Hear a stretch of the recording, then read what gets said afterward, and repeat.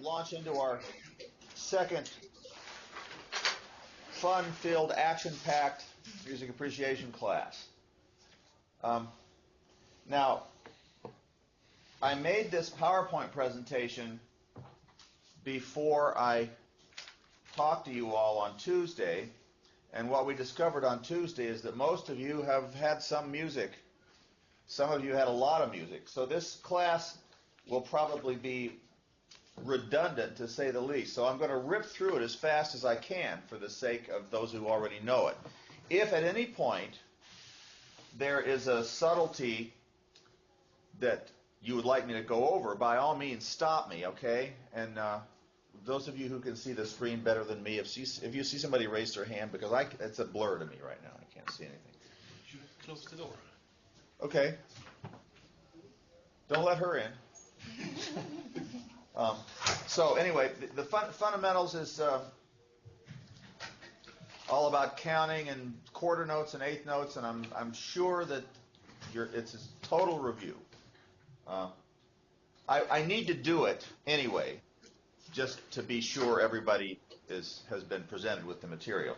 But I'm not going to dwell on it as I would if I were in a class of people who don't have any clue.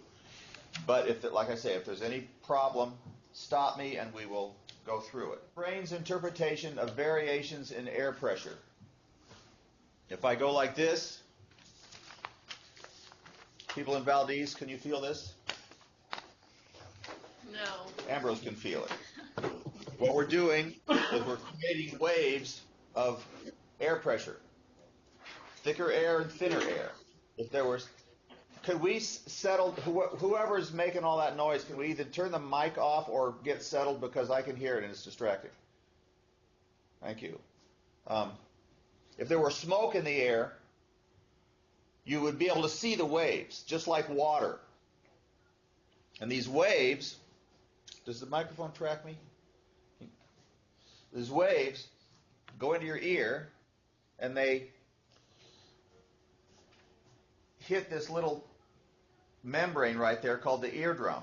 These little tiny variations in air pressure, and they make these little bones called the stirrup and the vibration goes into your inner ear, and it wiggles these little bones inside there. They turn into little electrical, chemical signals, and that's what your brain interprets as sound.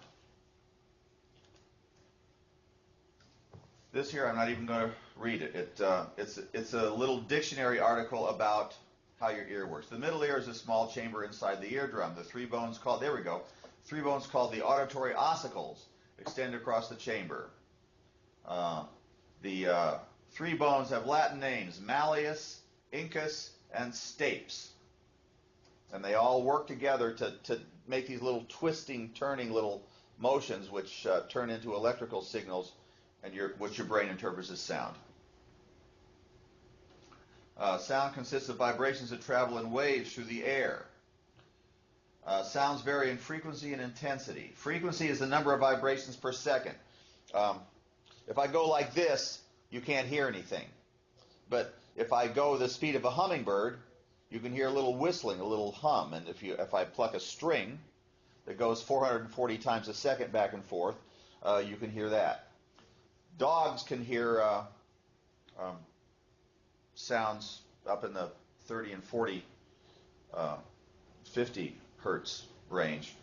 Our hearing tops out about 20 hertz, 30 at the most. I spent many years in Los Angeles playing in rock bands and going up and down the freeway with the trucks roaring in my ear, and I know my ears are damaged, but I've always done very well on hearing tests, not because my ears are in perfect shape, but because I have trained my brain to be responsive and hear things that a lot of people can't hear. So I like to tell the story about there was a guy at a recycling center. I was walking past this recycling center, and he was standing on a pile of broken glass, and he was taking these glass jars and smashing them into smaller pieces of glass with a percussive sound that was so penetrating. I started putting my hand over my ears like a half a block away. So I'm walking up to this guy, and I look at him, and I say, man, you're going to ruin your ears if you keep doing that. Doesn't that hurt your ears? I mean, you're really going to ruin your ears doing that. And he says to me, it doesn't bother me.